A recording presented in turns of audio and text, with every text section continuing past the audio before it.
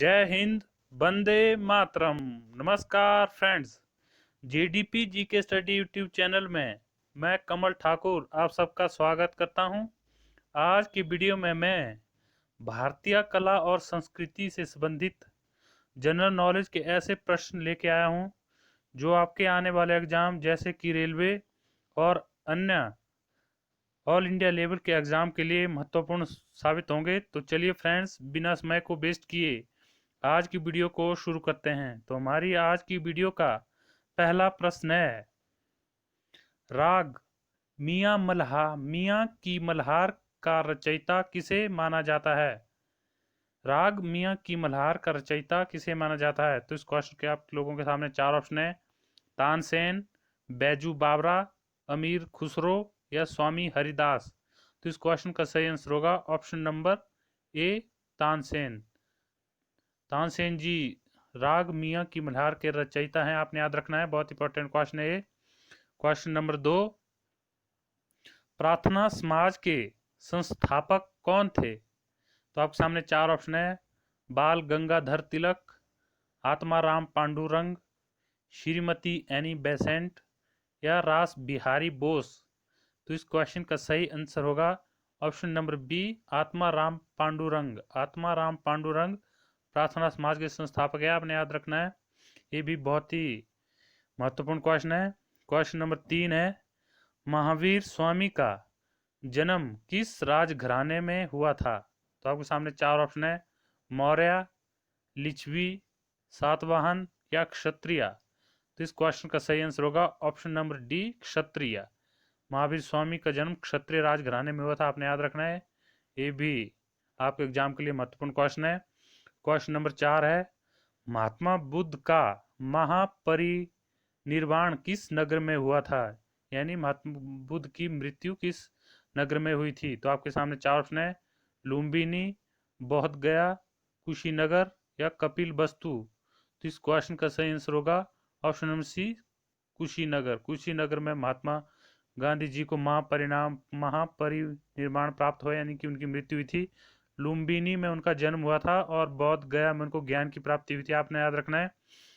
Question number 5 है, अमीर खुसरो किस शासक के राज दरबारी कवि थे? तो आपके सामने चार ऑप्शन है, चंद्रगुप्त द्वितीय, अलाउद्दीन खिलजी, कुतुबुद्दीन ऐबक या हर्षवर्धन। तो इस क्वेश्चन का सही आंसर होगा option number B, Alauddin Khilji. Mir Khusro Alauddin Khilji के राज दरबार में राज दरबारी कवि थे, आपने याद रखना है, ये भी महत्वपूर्ण क्वेश्चन है। क्वेश्चन नंबर 6 है, कथकली शास्त्रीय नृत्य की शुरुआत किस राज्य में हुई थी? तो आपके सामने चार ऑप्शन है, केरल, कर्नाटक, उत्तर प्रदेश या तमिलनाडु। तो इस क्वेश्चन का सही आंसर होगा ऑप्शन नंबर ए, केरल। कथकली शास्त्रीय नृत्य की शुरुआत केरल राज्य में हुई थी, आपने याद रखना है। क्वेश्चन नंबर 7 है, निम्नलिखित नृत्य में से किस नृत्य का उद्भव उत्तर भारत में हुआ था? तो आपके सामने चार ऑप्शन है, मणिपुरी, कथकली, कथक या भरतनाट्यम। तो इस क्वेश्चन का सही आंसर होगा कथक। कथक नृत्य की शुरुआत उत्तर भारत में उत्तर प्रदेश राज्य में हुई थी, आपने याद रखना है। इनकी शुरुआत के इसका यहीं पे, यानी कि उसका उद्भव भी यहाँ उत्तर प्रदेश राज्य में हुआ है, आपने याद रखना है, बहुत इंपॉर्टेंट क्वेश्चन है भी। क्वेश्चन नंबर 8 है, निम्नलिखित में से कौन सा लोक जनजातीय नृत्य कर्नाटक से संबंधित रखता है, यानी कर्नाटक राज्य से संबंधित रखता है? तो आपके सामने चार ऑप्शन है, यक्षगान, जात्रा, मोर नृत्य या बिहू नृत्य। तो इस क्वेश्चन का सही आंसर होगा ऑप्शन नंबर ए, यक्षगान। यक्षगान लोक जनजातीय नृत्य का संबंध कर्नाटक राज्य से, आपने याद रखना है भी। क्वेश्चन नंबर 9 है, निम्नलिखित में से कौन सा लोक नृत्य भारतीय लोक नृत्य नहीं है? तो आपके सामने चार ऑप्शन है, घूमर, कथकली, गरबा या डांडिया। तो इस क्वेश्चन का सही आंसर होगा option number B, Kathakali. Kathakali भारतीय नृत्य ना हो, भारतीय लोक नृत्य ना होकर बाहर के देशों से आया था, और इस लोक नृत्य की शुरुआत केरल राज्य में हुई, आपने पिछले ही क्वेश्चन में पढ़ा है। क्वेश्चन नंबर 10 है, भारतीय गायन शैली में प्राचीनतम हिंदुस्तानी गायन शैली कौन सी है? तो आपके सामने चार ऑप्शन है, गजल, ध्रुपद, ठुमरी या इनमें से कोई नहीं? तो इस क्वेश्चन का सही आंसर होगा ध्रुपद। ध्रुपद जो गायन शैली है वह भारतीय भारतीय गायन शैलियों में सबसे प्राचीन तीन गायन शैली आपने याद रखना, बहुत इंपॉर्टेंट क्वेश्चन है ये भी। क्वेश्चन नंबर 11 है, पंडित भीमसेन जोशी के क्रियाकलापों का क्षेत्र कौन सा था? यानी वे किस क्षेत्र से संबंध रखते थे? तो आपके सामने चार ऑप्शन है, साहित्य, शास्त्रीय संगीत, शिक्षा या पत्रकारिता। तो इस क्वेश्चन का सही आंसर होगा ऑप्शन नंबर बी, शास्त्रीय संगीत। पंडित भीमसेन जोशी शास्त्रीय संगीत कार थे, आपने याद रखना है। क्वेश्चन नंबर 12 है, कौन सा वाद्य यंत्र सबसे प्राचीन वाद्य यंत्र है? तो आपके सामने चार ऑप्शन है, सितार, तबला, सरोद या बीणा। तो इस क्वेश्चन का सही आंसर होगा ऑप्शन नंबर डी, बीणा। बीणा भारतीय वाद्य यंत्रों में सबसे प्राचीन वाद्य यंत्र है, आपने याद रखना है, ये भी बहुत ही इंपॉर्टेंट क्वेश्चन है। क्वेश्चन नंबर 12 है। क्वेश्चन नंबर 13, हरिप्रसाद चौरसिया किस वाद्य यंत्र के प्रवीण वादक थे? तो आपके सामने चार ऑप्शन है, बंसी वादक, सरोद वादक, वायलिन वादक या तबला वादक। तो इस क्वेश्चन का सही आंसर होगा ऑप्शन नंबर ए, बंसी वादक। हरिप्रसाद चौरसिया जी जो थे वह प्रसिद्ध बांसुरी वादक थे, आपने याद रखना है। क्वेश्चन नंबर 14 है, चित्रकला की मुगल शैली की शुरुआत किस बादशाह ने की थी? यानी कि किस मुगल बादशाह ने की थी? तो आपके सामने चार ऑप्शन है, अकबर ने, हुमायूं ने, जहांगीर ने या शाहजहां ने। तो इस क्वेश्चन का सही आंसर होगा ऑप्शन नंबर बी, हुमायूं ने। चित्रकला की जो मुगल शैली है उसकी शुरुआत हुमायूं ने की थी, आपने याद रखना है। क्वेश्चन नंबर 15 है, निम्नलिखित में से कौन बांसुरी के प्रसिद्ध वादक के रूप में जाने जाते हैं? तो आपके सामने चार ऑप्शन है, देबू चौधरी, मधुप मृदुल, रोनू मजुमदार या शफात अहमद। तो इस क्वेश्चन का सही आंसर होगा ऑप्शन नंबर सी, रोनू मजुमदार। रोनू मजुमदार जी जो थे वो प्रसिद्ध बांसुरी वादक थे, आपने याद रखना है।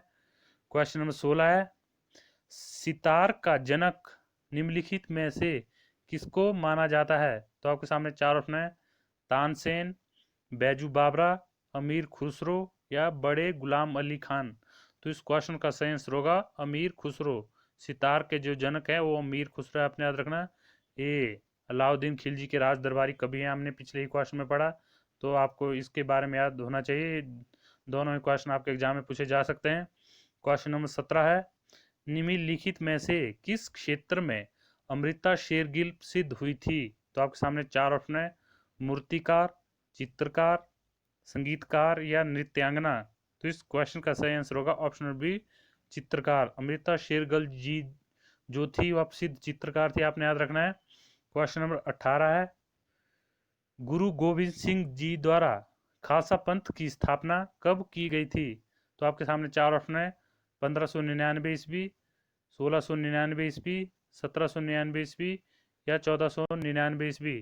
तो इस क्वेश्चन का सही आंसर होगा ऑप्शन नंबर बी, 1699 ईस्वी। 1699 ईस्वी में गुरु गोविंद सिंह जी द्वारा खालसा पंथ की स्थापना की गई थी, आपने याद रखना है। क्वेश्चन नंबर 19, आज की वीडियो का हमारा सेकंड लास्ट क्वेश्चन, निम्नलिखित चार वेदों में से किस एक में जादुई माया और वशीकरण का वर्णन है? तो आपके सामने चार ऑप्शन है, ऋग्वेद, यजुर्वेद, अथर्ववेद या सामवेद। तो इस क्वेश्चन का सही आंसर होगा option number C, Atharvaveda. Atharvaveda में जो है जादुई माया और वशीकरण का वर्णन मिलता है, आपने याद रखना है। और ऋग्वेद भारत हमारे देश का सबसे प्राचीन वेद है, आपने ये भी याद रखना है।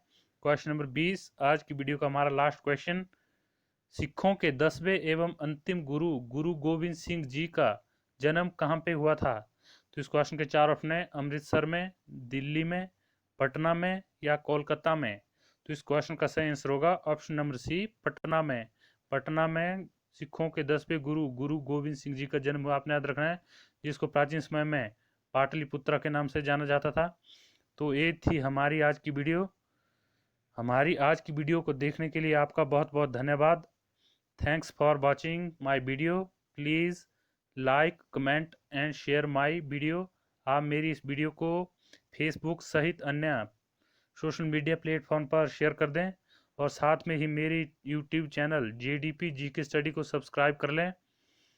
और बेल आइकन को दबा लें ताकि जब भी मैं कोई नई वीडियो आप लोगों के लिए लाऊं तो आपको इसकी नोटिफिकेशन सबसे पहले मिल सके।